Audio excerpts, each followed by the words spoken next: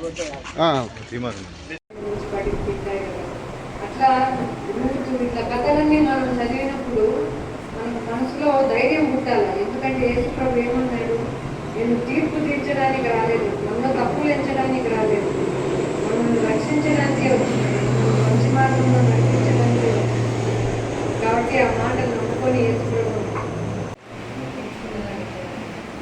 కానీ ముఖ్యంగా నాకు ఇక్కడ వచ్చి ప్రేయర్ చేస్తూ ఉంటే మనసుకు ఒక మాట చెప్పాలనిపించింది. మనమందరము మన అవసరం ఏదున్నా సరే, మన కష్టం ఏదున్నా సరే, ఏసఐ దగ్గరికి పోతే ఏసఐ మన మాటలు చెప్పుకోవాలని బాగా రావద్దని చాలా మంది అనుమానం ఉంది. చెప్పుకోవాలి చెప్తాను.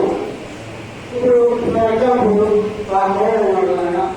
నిర్మాణం కాలనీ సెక్రటరీ ఇక్కడ బాగుంటుంది. అలా ఎందుకంటే మా కాలనీ వాళ్ళకి పెళ్లి చేస్తే వాళ్ళు హాయిగా లాభం చేసుకుంటారు. బయటికి వెళ్తారు బాగా కాబట్టి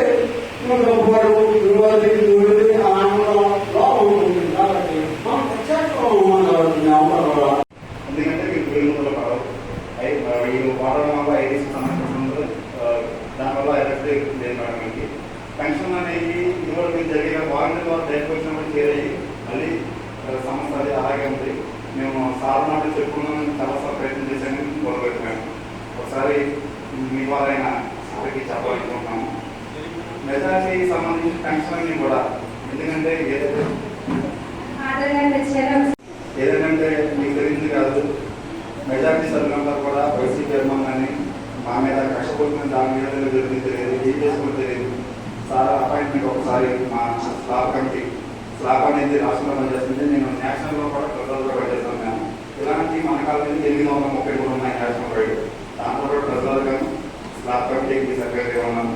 సార్ అపాయింట్మెంట్ ఇస్తే స్లాబ్ కమిటీకి సార్తో కూడా తింటున్నాం. ఎందుకంటే ప్రధానమైన సమస్య ఏంటంటే చాలా మంది ఇంచుమించు ఇప్పుడు ప్రస్తుతానికి 250 మందికి 3 జిల్లాలకు సంబంధించి కమిటీ తీసేశారు. ప్రభుత్వం చేస్తే లాగుంది. మరొకసారి ఏంటంటే మీ అందరికీ కూడా ఏం జరిగిందనేది రమాలకు తెలుసు, మీరన్నా ఎస్ఎస్ఐని అనుకుంటాం. అన్నీ తెలుసు, అన్ని మంచి రోజులు మళ్ళీ మనకు వస్తాయి. ఖచ్చితంగా